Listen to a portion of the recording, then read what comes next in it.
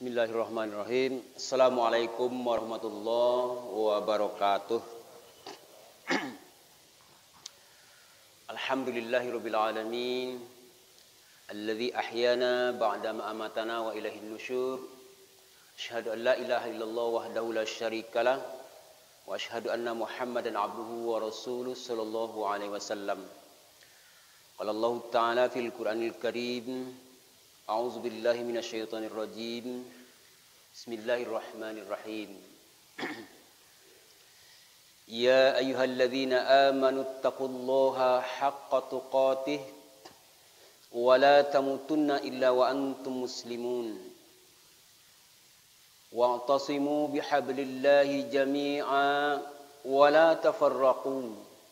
Wadhkuru ni'matallahi 'alaikum إذ كنتم أعداء فألف بين قلوبكم فأصبحتم بنعمته إخوانا وكنتم على شفا حفرة من النار فأنقذكم منها كذلك يبين الله لكم آياته لعلكم تهتدون. Wahai orang-orang yang beriman, takutlah engkau kepada Allah sebenar-benar takut, atau bertakwalah, atau juga dalam arti yang lain, hati-hatilah di hadapan Allah dengan sebenar hati-hati. Wala tamutunna illa wa antum muslimun, dan janganlah engkau sampai mati sampai engkau benar-benar menjadi orang-orang yang benar-benar muslim. Berpegang teguhlah kamu kepada tali Allah semuanya, jangan bercerai-berai, dan ingatlah nikmat Allah di atasmu ketika engkau berada dalam keadaan berpecah belah, maka disatukan oleh Allah hati-hatimu dengan nikmat Allah. Dan ketika itu engkau sedang di pinggir jurang-jurang neraka, maka diselamatkan engkau oleh Allah. Demikianlah Allah menjelaskan ayat-ayatnya atau tanda-tandanya.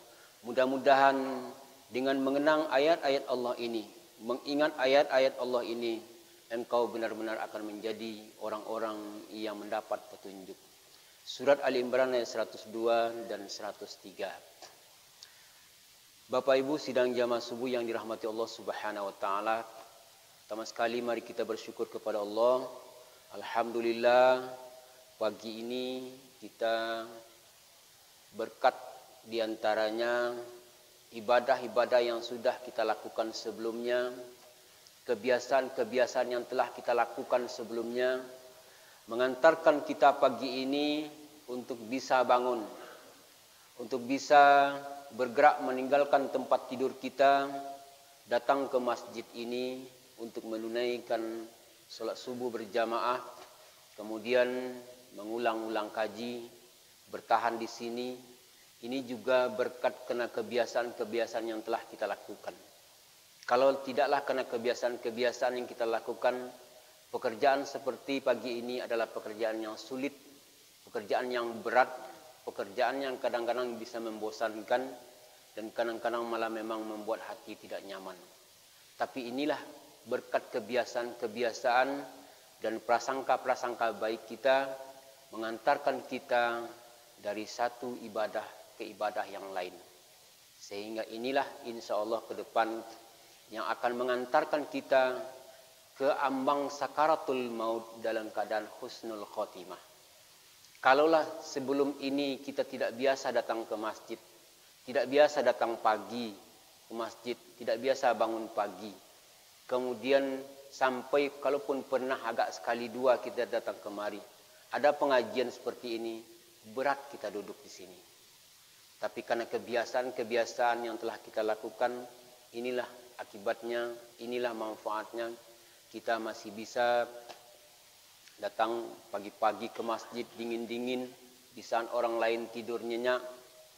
Kita bisa datang kemari. Tidak semua kita mungkin hari ini yang dalam kondisi fit, dalam keadaan sehat luar biasa. Mungkin ada yang kurang-kurang sehat. Tapi karena kebiasaan-kebiasaan yang telah kita lakukan, sakit pun badan, tidak nyaman pun badan, kita masih datang. Sampai di sini karena kita biasa mendengar tausiah hari Jumat pagi, diantaranya, kalaupun jadwal sebenarnya pagi ini jadwal Pak Julius Agus, cuma mohon maaf,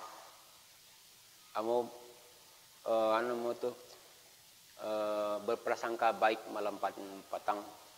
Beliau biasanya dikontak di Pak Sal, kemudian Pak Sal kini sedang di Padang. Nah inilah mungkin teguran bagi Ambo selaku pengurus, selaku ketua pengurus, tidak menugaskan kepada seksi-seksi untuk bergerak.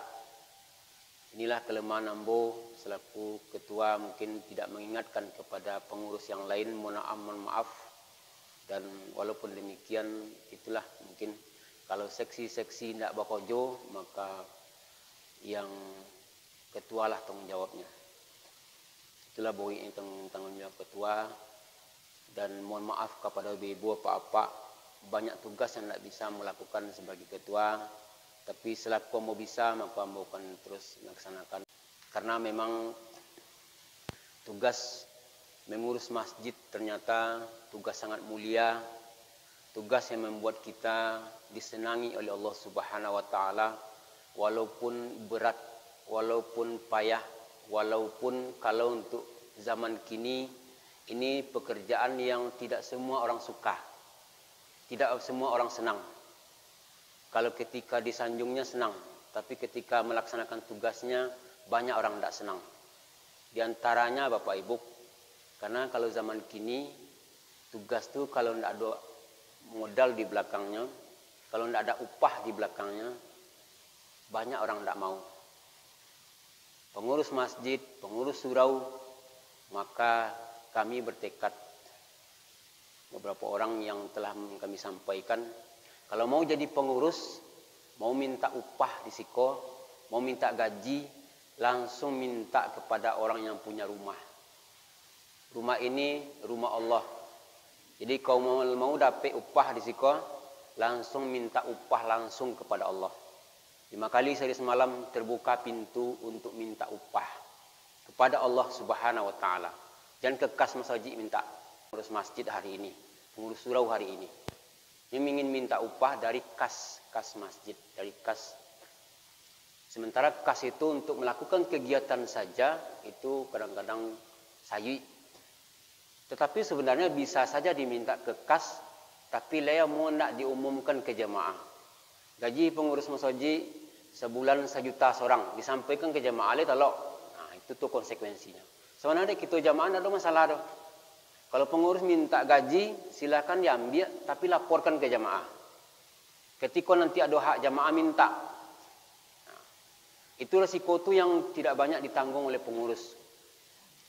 Nah, sebenarnya tapi ketika mau jadi pengurus, mau ambil kas, tidak mau melaporkan ke jamaah. Ketika jamaah nanti minta haknya, ini yang sulit. Hari kini, kas jangan diambil, tugas laksanakan. Kalau mau minta upah langsung kepada Allah Subhanahu wa taala. Ini yang terjadi. Maka ini memang berat. Jadi pengurus masjid berat. Karena upahnya tidak ada dari manusia, dia hanya langsung dari Allah Subhanahu wa taala. Tapi hak jamaah harus dipenuhi. Nah inilah yang berat hari ini. Kita pengurus Bapak Ibu yang biasanya mengontak tuh Pak Sal, seksi dakwah ada. Tapi yang tadi kalau mau dipanggil, beko ditanya. Ada lah ndaknya seketik untuk kita tenang pengurus. Berapa aja lah. Tapi jangan sampai diketahui oleh jamaah, ini yang tidak boleh. Kas terbuka, ketika kas terbuka dapat sebanyak ko, keluar sebanyak ko untuk iko, itulah akibatnya. Sampai kini alhamdulillah kegiatan-kegiatan kita masih lancar. Masih lancar. Dulu mungkin banyak masjid yang sulit mengadakan kegiatan wirid-wirid model ko karena katanya dari mana sumber dananya? Sumber dananya dari jamaah. Semakin ramai jamaah, semakin mudah biaya itu. Kalau sempat lah tu mau berpikir ketika itu. Kalau sempat lah 602 kakak itu datang seorang kemari, pergi solat berjamaah kemari ko dan lantai bawah ko tidak lama kita mengojornya. Setiap masuk ke masjid kita sedekah 500 rupiah. Rp500 kali 600 maka lega tuh 3 juta. 1 kali solat 3 juta. 2 kali 6 juta. 5 kali lah 15 juta sehari masuk piti. Tidak lama tuh dong. Maka ramai-ramai ke masjid ini penting. Termasuk setiap jamaah, mungkin ada ibu-ibu yang kita yang masih lupa mungkin nak. Mudah-mudahan tidak boleh nak. Indonesia ku berkat dari apa? Dari pembukaan Undang-Undang Dasar itu kan ada ibu. Indonesia ini berkat merdeka karena berkat rahmat Allah yang maha kuasa. Setiap pagi 5 kali sehari semalam jamaah masuk ke masjid. Allahumma ftahli abwaba rahmatik. Ya Allah, bukakanlah pintu rahmatmu untuk kami, untuk kita, untuk saya. 5 kali sehari semalam diminta kepada Allah. Semakin ramai orang minta rahmat kepada Allah, semakin berkah negeri ini. Semakin sedikit orang datang ke masjid, semakin sedikit yang meminta rahmat. Indonesia berkat rahmat Allah yang maha kuasa. Setiap pagi, setiap siang, setiap zuhur, asar, maghrib, kita meminta rahmat kepada Allah. Inilah yang membuat negeri ini masih nyaman. Sementara orang-orang PKI kini Bapak Ibu, itu sangat berambisi supaya orang Islam itu jauh dari masjid, jauh dari Al-Quran, jauh dari surau, jauh dari solat berjamaah. Sangat berambisi hari ini. Maka itulah yang membuat kekacauan hari ini. Penyebab orang yang ingin menjauhkan dari Allah Subhanahu wa taala dan orang yang ingin mendekat kepada Allah Subhanahu wa taala semakin bersikukuh kini. Di antaranya kita insyaallah. Kalaulah di luar sana orang ingin mengangkat tinggi Al-Quran, membesarkan Allah sebesar-besarnya, maka kita tidak akan sesulit ini hari ini. Jamaah masjid pasti penuh. Kemarin ada pelatihan pengurus masjid, ada yang menyampaikan di situ. Di jalur Gaza tuh sampai hari ini tidak bisa ditaklukkan oleh Israel tuh. Padahal itu sudah tempat paling sudah sangat sedikit dibanding Palestina itu kan las ketik tinggal. Tetapi hari ini di Gaza tuh anak-anak sampai orang gaib selalu membaca Al-Quran. Selalu membaca Al-Quran sepanjang hari. Kalau keluarganya 7 orang, 4 orang tuh hafiz 30 juz. Tinggal 3 paling yang hafiz 20 juz, 10 juz, 5 juz. Karena semangat menghafal Al-Quran tinggi. Dan di situ kalau solat 5 kali sehari semalam itu penuh. Karena imannya kuat. Ramainya jamaah ini bukan karena yang lain-lain, tapi karena iman yang kuat. Kalau iman kuat pasti datang kemari. Pasti ramai masjid. Nah, di situ buktinya semua ingin menghafal Al-Quran. Semua ingin menegakkan agama Allah Subhanahu wa taala. 5 kali sehari semalam masjidnya penuh. Karena jamaah orang di situ datang ke masjid semua. Semua datang ke masjid, semua solat berjamaah. Dan kalau hari Jumat itu sampai ke Lobu itu sembahyangnya. Karena semuanya berdatangan. Nah, inilah hari ini yang mari terus kita bina, kita saling bergandengan tangan. Di antara kini yang menyebabkan masih sedang terjadi seperti itu. Kita ingin saling mencari salah si A, salah si B. Padahal masjid kita belum ramai. Padahal masjid kita masih sunyi. Kita sibuk hanya mencari kesalahan-kesalahan. Tapi mungkin ada tidak banyak yang seperti itu. Tapi kalau yang sibuknya itu banyak lagi. Di antaranya kini PR kita hari Jumat kini Bapak Ibu. PR kita hari Jumat mohon ibu-ibu nanti bapak di rumah yang punya anak kecil tolong sebelum datang ke masjid ingatkan. Nah, tiba di masjid bekona duduk di belakang buat saf. Kami hari Jumat itu boleh diumumkan siko. Anak-anak tolong buat saf di belakang. Mari latihan ke masjid itu. Kalau duduk di masjid menghadap ke kiblat, jangan menghadap ke dinding. apalagi membelakang ke kiblat. Banyak anak-anak kita sampai kini masih ada, tapi sudah mulai banyak yang sadar, sudah mau banyak yang mau datang di masjid ini mandok ke samping. Kadang-kadang bukan hanya anak-anak saja. Kalau lah mulai khatib naik mimbar, maka semuanya harus menghadap ke kiblat. Anak-anak kita masih banyak yang menghadap ke samping. Ini duduk siko kenyak madok. Pelaksanaan khutbah itu kan sudah termasuk bagian daripada solat. Nah, harus menghadap ke kiblat. Anak-anak kita mungkin masih biasa menghadap ke samping. Solat menghadap ke samping, menyamping ke kiblat tidak sah. Kadang-kadang ada yang sudah dewasa pun seperti itu. Karena memang inilah mungkin penjelasan-penjelasan yang perlu terus disampaikan. Jadi mohon nanti kepada ibu-ibu apa-apa sampaikan ke anak kita.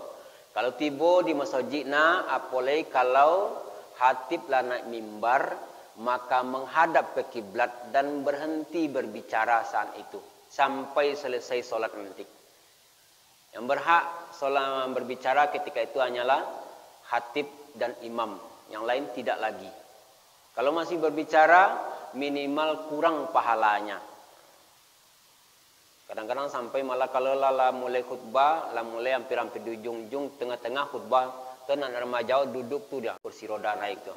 Situ duduknya tuh.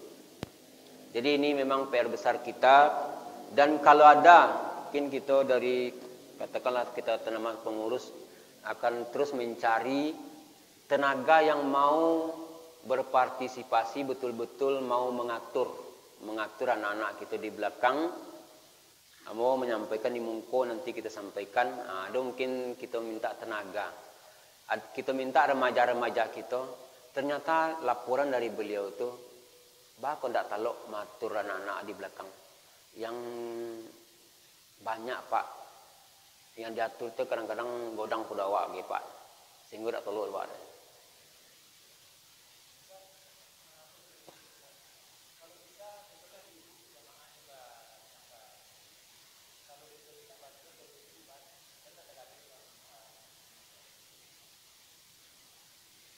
Boleh sebetulnya. Tapi yang tadi. Di siko atena pengurus kini kan begitu kini kan. Kalau mau jadi pengurus tidak ada upahnya kan begitu. Tapi kalau petugas adalah mungkin seketik. Kemudian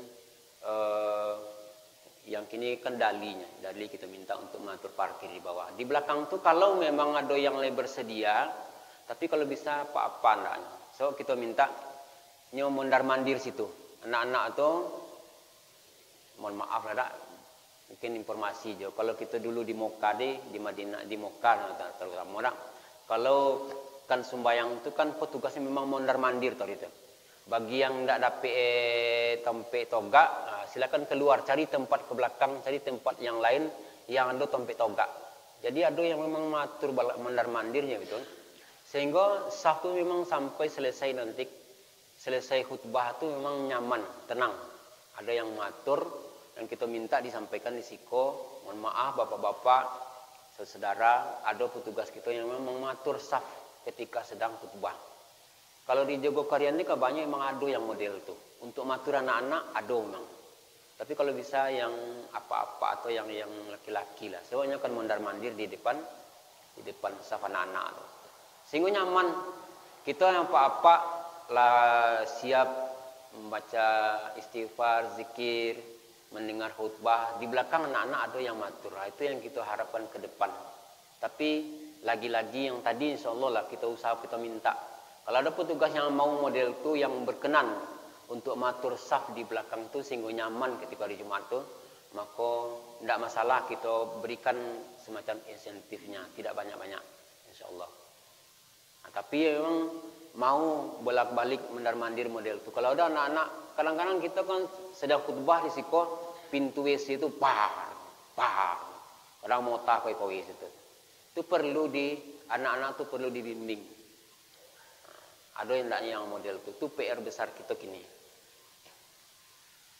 Itu diantaranya Bapak Ibu. Jadi itu sebuah PR besar bagi kita bagaimana mengisi masjid yang sebesar ini.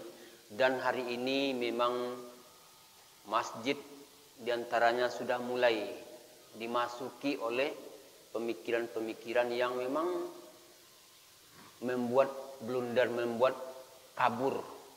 Sebenarnya kalau dengan orang luar itu kan, kalau masalah ibadah, lakum dinukum waliyadin.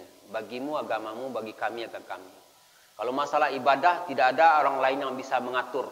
Yang bisa mengatur ibadah hanyalah Al-Quran satu, hadis satu.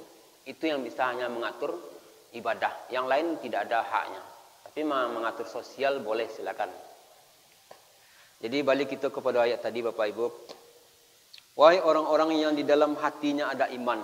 Kalau memang beriman kepada Allah, memang percaya ada Allah Subhanahu wa taala, memang yakin nanti kalaulah memang ingin bertemu dengan Allah Subhanahu wa taala, ingin melihat wajah Allah. Kenikmatan yang paling indah itu adalah melihat Allah Subhanahu wa taala. Dan tidak semua kita yang akan bisa melihat Allah Subhanahu wa taala, kecuali yang memang hari ini benar-benar bersungguh-sungguh menolong agama Allah, mengamalkan ajaran Islam ini. Ketika kita belajar bagaimana mengamalkan Islam dengan baik, kemudian rutin istiqomah mengamalkan ajaran Islam ini, kemudian mengajak orang lain untuk mengamalkan Islam ini dengan sebaik-baiknya, dengan sungguh-sungguh, itulah nanti insya Allah yang niatnya hanya mencari ridha Allah Subhanahu wa taala saja, itulah nanti yang akan bisa melihat wajah Allah Subhanahu wa taala. Karena wajahnya tidak akan diperlihatkan oleh Allah kepada semua orang, kecuali orang-orang yang benar-benar ingin melihat. Dan kenikmatan apa saja. Hari kini kita mungkin senang punya pakaian baru, punya rumah baru, punya kendaraan baru, punya segala yang baru yang rancak-rancak. Itu tidak ada apa-apanya dengan surga Allah Subhanahu wa taala. Dan surga Allah Subhanahu wa taala itu tidak ada apa-apanya dibanding dengan wajah Allah Subhanahu wa taala. Maka kenikmatan yang paling tinggi itu adalah melihat wajah Allah Subhanahu wa taala. Nah, kalau kita memang mau melihat wajah Allah Subhanahu wa taala nanti di akhirat, maka Allah katakan ittaqullaha haqqa tuqatih, bertakwalah kepada Allah dengan sebenar-benar bertakwa. Hati-hatilah di hadapan Allah dengan sebenar hati-hati. Disuruh solat, ya solatlah. Disuruh mencontoh Nabi, contohlah Nabi. Allah menyuruh mencontoh Nabi, kita mencontoh yang lain. Nah, maka tidak nanti kita akan kecewa, kita tidak akan melihat wajah Allah Subhanahu wa taala. Disuruh membayar zakat, kita masih mencari dalih. Nah, maka nanti kita tidak akan melihat wajah Allah dan mungkin saja kita tidak akan dimasukkan ke dalam surga.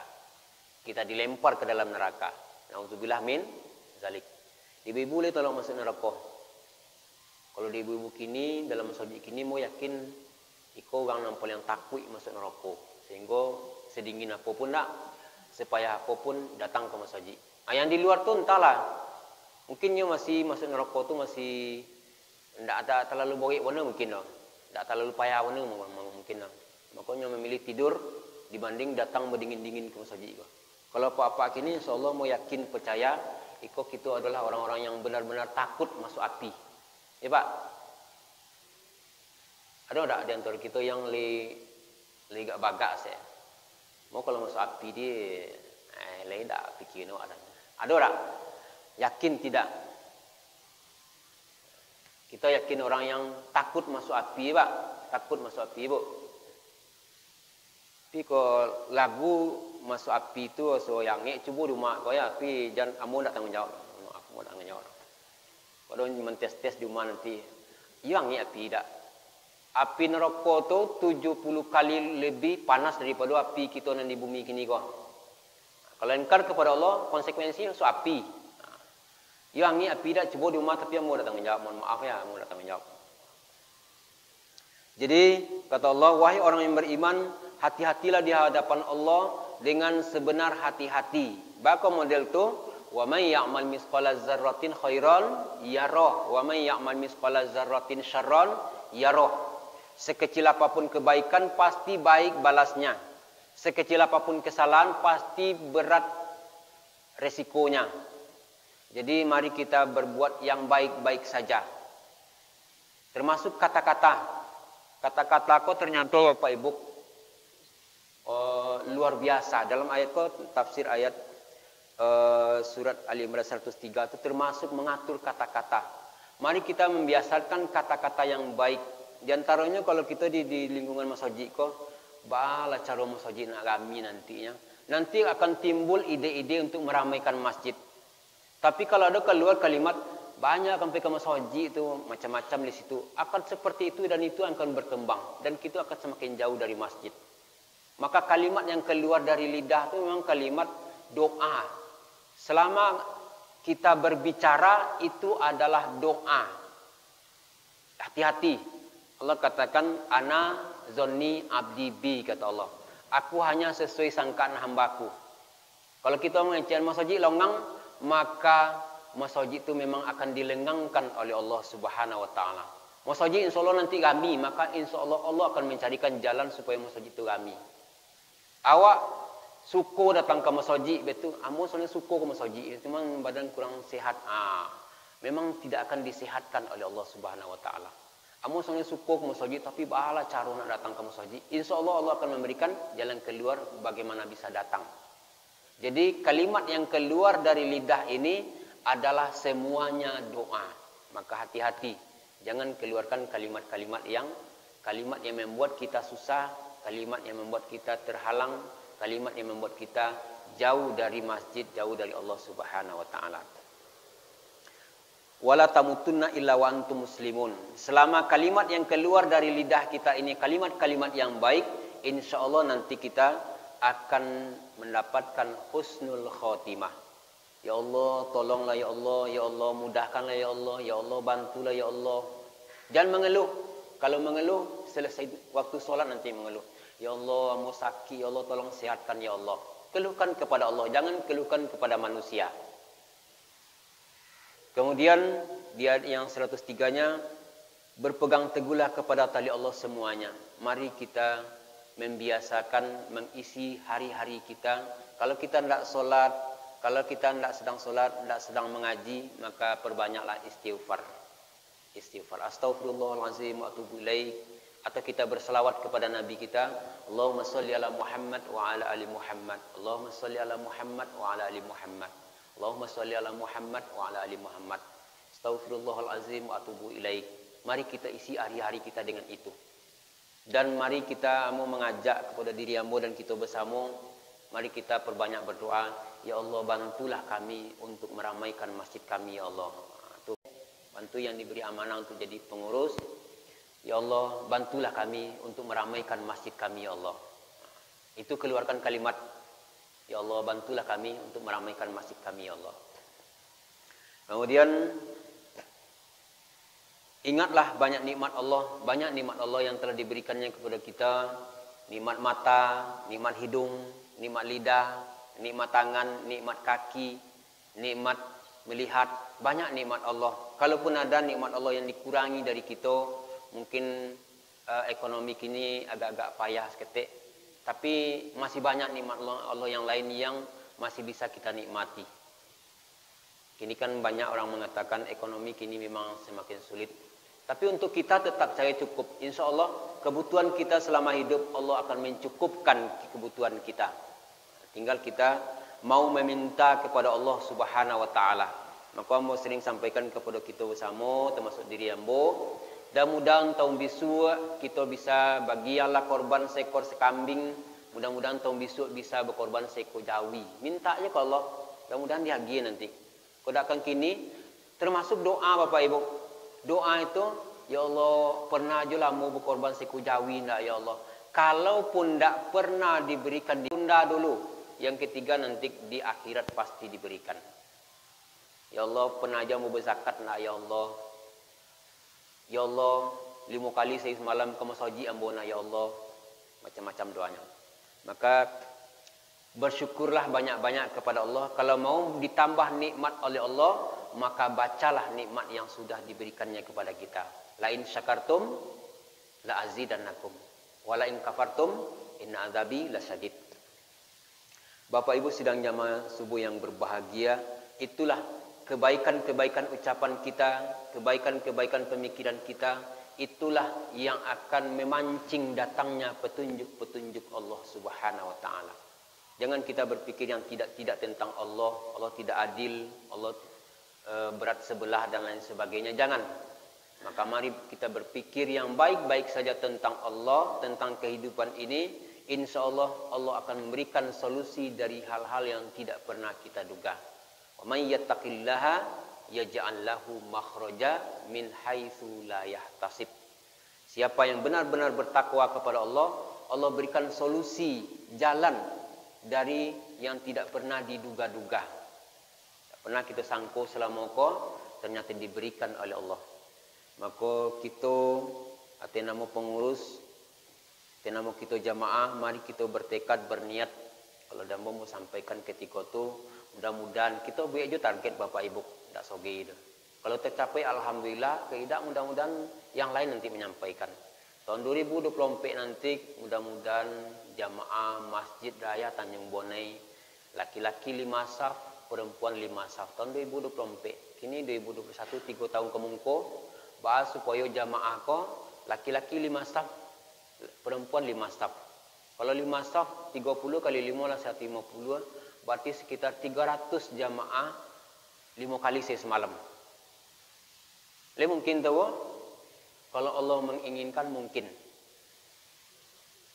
Kalaulah model tu 300 jamaah saya semalam, maka infak akan banyak, pembangunan akan banyak, ekonomi akan hidup. Maka mudah-mudahan ke depan jamaah masjid semakin ramai, orang Islam akan semakin makmur, dan insya Allah ketika itu kehidupan akan semakin nyaman dan bahagia. Tapi kalau kita masih melarang orang datang ke masjid, mengambil orang datang ke masjid, maka kita juga yang akan susah nanti. Tapi ketika kita mengajak siapa saja yang mau datang ke masjid, kita juga nantinya akan menikmati berkahnya dari Allah Subhanahu wa taala. Kalau Allah berbuat, tak satu pun yang bisa melawat. Kalau Allah sudah berkehendak, tak satu pun yang bisa menghalangi siapapun dia. Tapi kalau Allah tidak berkehendak, maka siapapun yang menginginkan tidak akan bisa terwujud. Semuanya hanya dengan izin Allah Subhanahu wa taala. Bapak Ibu sidang jamaah subuh yang berbahagia, mungkin itu bincang-bincang yang bisa saya sampaikan ke ibu-ibu apa-apa. Intinya pertama, kalau benar-benar percaya kepada Allah Subhanahu wa taala, pelajarilah terus, mari kita terus belajar agama Allah ini, mari kita amalkan dan berprasangka baiklah kepada Allah, maka insya Allah akhir hidup kita akan baik. Tetapi kalau malas belajar agama Allah ini, masih banyak lagi. Al-Quran juga nama ibu nama ayat, tambah hadis belasan ribu, tidak puluhan, belasan ribu hadis banyak lah yang akan kita pelajari. Maka masih banyak pelajaran yang belum kita dapatkan. Mari kita perbanyak mempelajari Islam ini, dan mari kita amalkan ketika kita masih hidup, dan kita wariskan, kita sampaikan kepada yang lain. Inilah mudah-mudahan nantinya akan mengantarkan kita kepada husnul khotimah, liang kubur yang lapang, padang mahsyar yang mendapat perlindungan, melintas siratal mustaqim dengan kencang, masuk kepada surga Allah yang tertinggi, dan dapat nanti melihat wajah Allah insyaallah. Amin ya rabbal alamin. Banyak maaf dan terima kasih. Assalamualaikum warahmatullahi wabarakatuh.